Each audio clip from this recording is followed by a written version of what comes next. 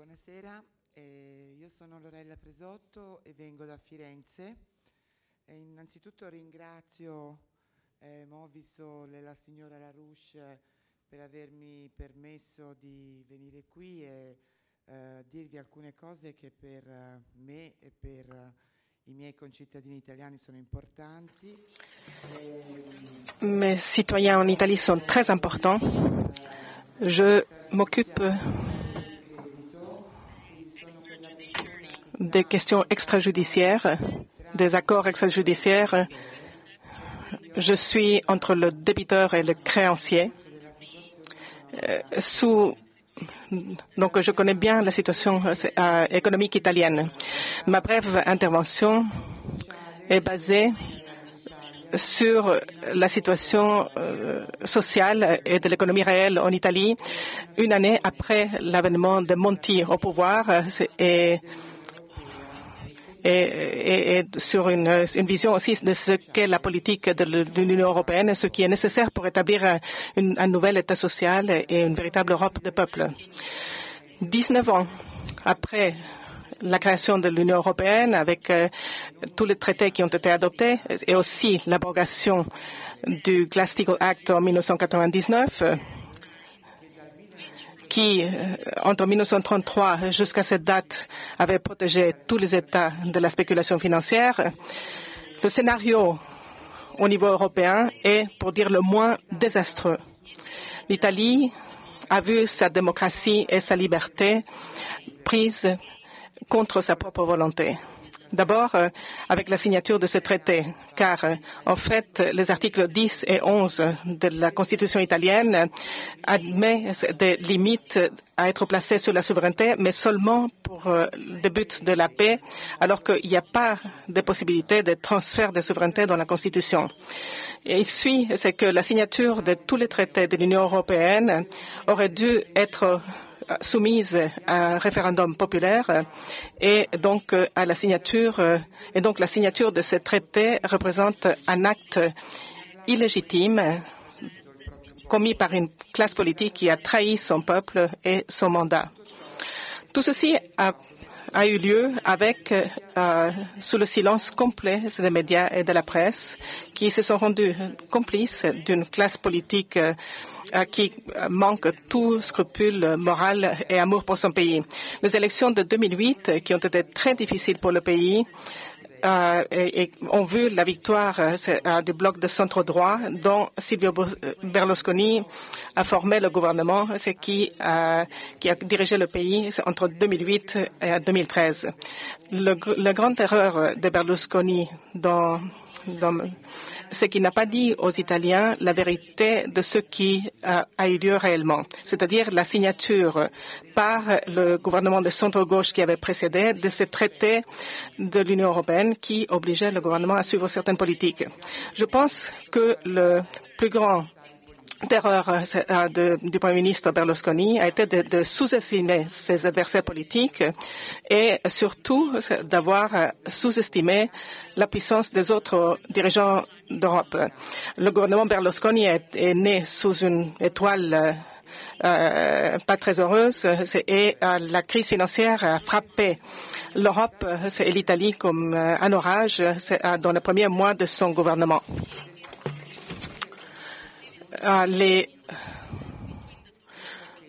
Donc, il y a eu une radicalisation de la situation et entre-temps, l'économie réelle de l'économie était en réel danger. C'est à ce point-là qu'il y a eu que les PMI, PME ont commencé à souffrir beaucoup et beaucoup ont dû fermer. Ceci était dû au fait que les banques ont fourni de moins en moins du crédit pour ces compagnies. Surtout entre la fin 2009 et le début 2011, le poids de la crise économique est tombé dru. La fermeture de beaucoup de compagnies a éliminé beaucoup d'emplois et une grande partie de la population se trouvait appauvrie. Bien qu'il y ait eu de politiques sociales pour arrêter cela, ça n'a pas été suffisant pour empêcher la récession de l'économie italienne qui est apparue dans sa forme la plus brutale au début 2011. La position très forte d'Angela Merkel et de certains de ses alliés en faveur d'une politique stricte budgétaire a amené à beaucoup de confrontations avec d'autres chefs de gouvernement, y compris l'Italie. Et le fait c'est qu'à partir d'un certain moment, l'Union européenne a imposé le remplacement du gouvernement Berlusconi qui avait été élu démocratiquement avec le gouvernement technocratique de Mario Monti imposé par l'oligarchie. Et l'opinion publique italienne avait été complètement étonnée par une série d'actions manipulées par les marchés et finalement a salué l'arrivée du gouvernement Monti comme étant la solution au problème.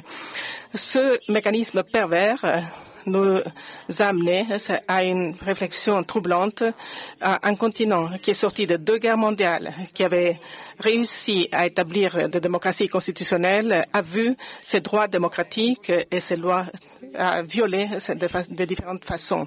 Et ce qui est pire, c'est que les choix qui ont été complètement arbitraires ont été faits sur le dos des populations européennes. Aucun homme, aucune femme, depuis le traité de Maastricht, n'a jamais eu le droit de faire son propre choix.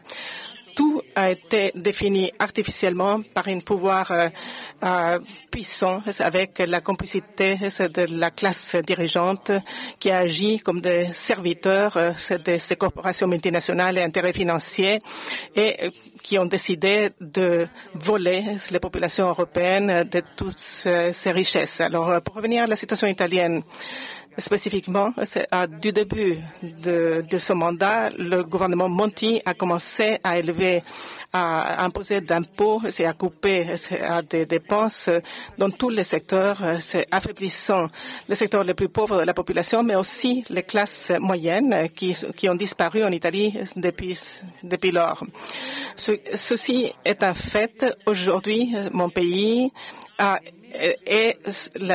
expérimente la saison la plus sombre de sa vie.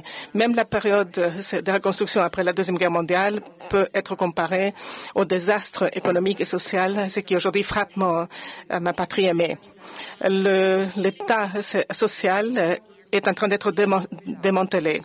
Les fonds pour les handicapés et pour les gens qui ne sont pas autonomes ont été coupés. Quelquefois, les étudiants vont suivre les écoles dans des salles qui ne sont pas chauffées parce que on n'arrive plus à payer les coûts d'électricité. Et au nom d'une dérégulation nécessaire pour payer les dettes, des dettes qui ont été créées par une spéculation criminelle internationale. Tous les biens publics, ce que nos prédécesseurs nous avaient laissés, ont été pratiquement vendus. Les services essentiels, c'est l'eau potable, c'est l'électricité, tout ça est affecté par des coûts qui deviennent de plus en plus insupportables que beaucoup de familles n'arrivent plus à payer. Les évictions sont en train d'inonder les cours civils. Beaucoup de familles vivent maintenant dans des voitures ou dans des logements de fortune. Presque 4 millions de personnes se trouvent maintenant sous le niveau de pauvreté. Et les impôts ont atteint le plus haut niveau du monde. Et donc, beaucoup de gens se trouvent maintenant sans domicile fixe. En 2012, le nombre d'Italiens qui étaient obligés d'aller à la soupe populaire dans des cafétérias qui fournis par l'association Caritas ont augmenté de 9%. Pour être précis, il y a 3 686 000 Italiens qui doivent être nourris par des organisations spécifiques. En 2010, ce nombre était de 2,7 millions. En 2011, 3,3 millions. En 2012, 3,7 millions. Et ceci. 1 sur 4 Italiens a des difficultés à se nourrir. 48% des Italiens pensent que leur situation va devenir pire. 51% des familles disent qu'ils arrivent à couvrir seulement le plus essentiel sans aucune dépense en plus. 8% des familles n'ont pas assez de revenus pour couvrir ce qui est indispensable. Et au-delà, nous voyons en général une économie qui est par terre, qui n'a plus d'oxygène, de la liquidité et du crédit. L'abrogation de la loi Glass-Steagall et l'obligation faite par l'Union européenne d'être dans la bourse a fait de toutes nos banques commerciales la proie du lobby spéculatif. Une fois qu'ils sont sur le marché, les spéculateurs rapaces obligent donc ces intérêts à poursuivre, à devenir de plus en plus spéculatifs. Sans accès au crédit, les PMI-PME, qui sont le cœur de l'économie italienne, ont fermé leurs portes une par une. Des centaines de milliers d'emplois sont perdus en quelques années. Le secteur agricole de la nourriture n'est pas différent, alors que il était notre fierté qui nous avait été léguée par nos ancêtres romains. L'Union européenne nous a obligés à adopter certaines règles de production, à accepter des quotas et accepter de détruire des produits qui étaient au-delà de ces quotas. Nous, Italiens, avons accepté ces règles dures, pensant qu'elles étaient nécessaires pour construire une union des peuples. Mais maintenant, c'est clair. Le but était d'éliminer le marché italien des petits producteurs de haute qualité et de le remplacer par des corporations multinationales, ce qui nous ont envahis avec leurs produits faits par leurs produits de basse qualité, parfois même mauvais pour la santé humaine. Tout ceci a amené la misère, la pauvreté et a réduit la force de travail à une force de travail à bon marché. Le but est toujours le même, enrichir le 1% de la population globale au détriment des 99 autres. La situation est complexe avec beaucoup de facettes qui exigent beaucoup de joueurs nationaux et internationaux pour être mise en place. Une pyramide de pouvoir qui a été construite par le lobby financier avec sa base étant celle du système politique actuel. Monti, Merkel et tous les autres collègues européens sont des pans, sont contrôlés par tout cela. À travers la manipulation des médias et de toute la presse, ils tentent de mettre les uns contre les autres et de créer des luttes internecines entre les personnes. Merkel est très bonne à cela. Elle est capable de de faire apparaître les Italiens, la Grèce, l'Espagne, le Portugal comme étant la cause des désastres qui ont lieu en Europe du Nord et en Allemagne. Ainsi, les peuples allemands croient que les populations latines sont feignantes et créent de la dette. Tout ceci est faux. C'est une tricherie dont le but est de détruire les peuples européens pour maintenir seulement certains. Il y a quelques mois, Christine Lagarde avait dit: je m'en fous si les enfants grecs ont faim, leurs parents doivent payer leurs taxes, leurs impôts.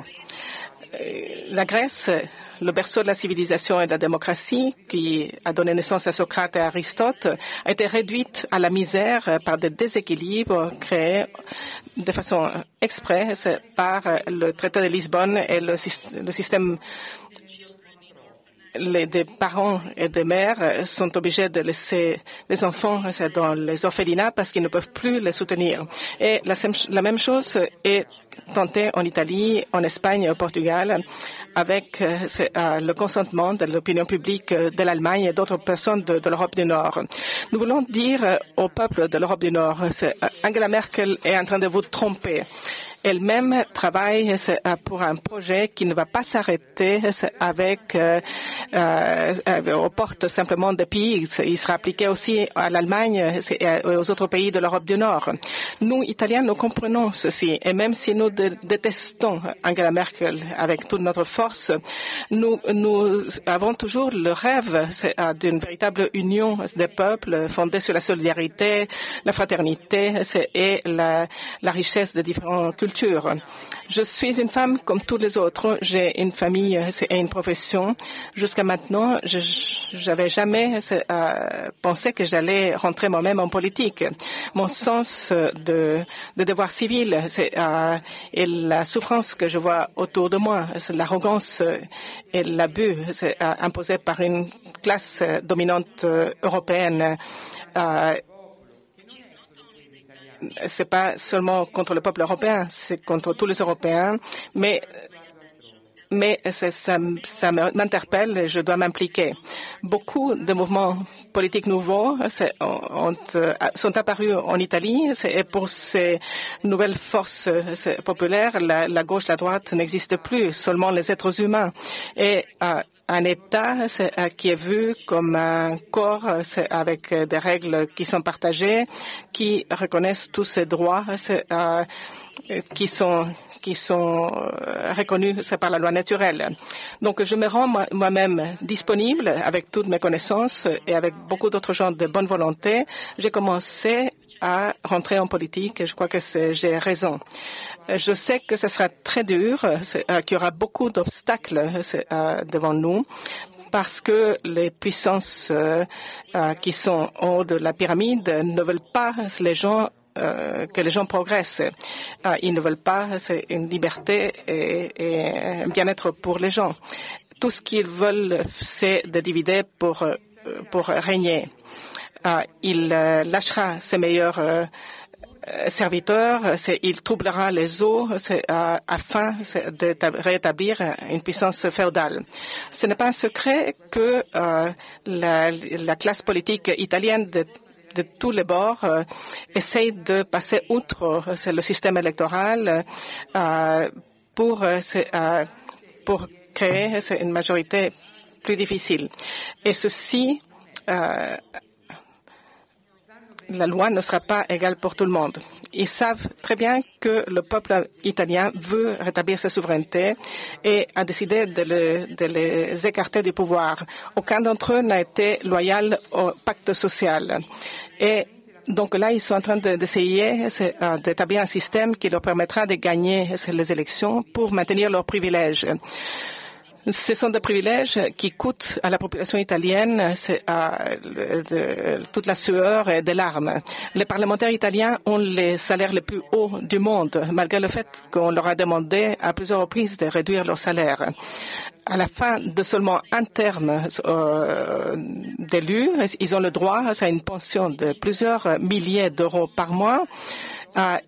Et il continue par ailleurs, il continue à allonger l'âge de la retraite pour les gens normaux, y compris pour les gens qui ont fait des travaux manuels durs. Ils ont pris le contrôle du système législatif qu'ils utilisent pour leur propre pouvoir. Ils sont les législateurs d'eux-mêmes. Ils nomment les membres de la Cour de cassation, de la Cour d'auditeur, de la Cour constitutionnelle. Ils abusent de la loi.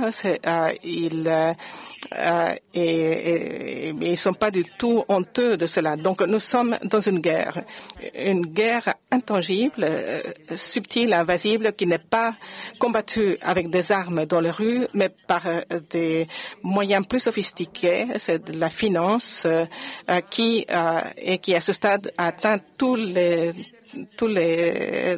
peuple, au niveau national et au niveau international. C'est une arme capable d'exterminer tout le monde, créer la famine, la crainte et simplement le désir de survivre. Donc ici, je veux lancer un appel auprès de vous qui représentez vos pays, et en particulier les représentants des pays européens. Nous devons avoir une seule politique, une philosophie politique. éliminer tous les traités de cette Union européenne, créer des banques nationales, rétablir la séparation entre les banques de dépôt et les banques d'affaires, rétablir la loi Glass-Steagall, comme c'est proposé par M. Larouche et Movisol, ne peut plus être reportée. La campagne de M. Larouche a aussi atteint l'Italie, car 3 projets de loi ont été introduits dans le Parlement allant dans son sens. Les banques de dépôt sont nécessaires pour le système économique de notre pays, mais si nous ne réussissons pas à les séparer des banques d'affaires et des banques de financement, toutes les économies réelles vont mourir. Et lorsque je dis je parle de toutes les économies européennes. Nous devons nous asseoir autour d'une table et concevoir une véritable union européenne des peuples, chasser les serviteurs des lobbies financiers, libérer nos terres de cette oligarchie qui nous opprime depuis trop longtemps et qui s'est étendue à toutes les institutions européennes et nationales. Nous devons reconstruire les valeurs de paix, de liberté et de démocratie qui nous sont chères, les défendre et plus jamais tolérer la répétition des abominations que nous voyons actuellement. Seulement là, on aura un futur devant nous et pour les prochaines générations. Merci.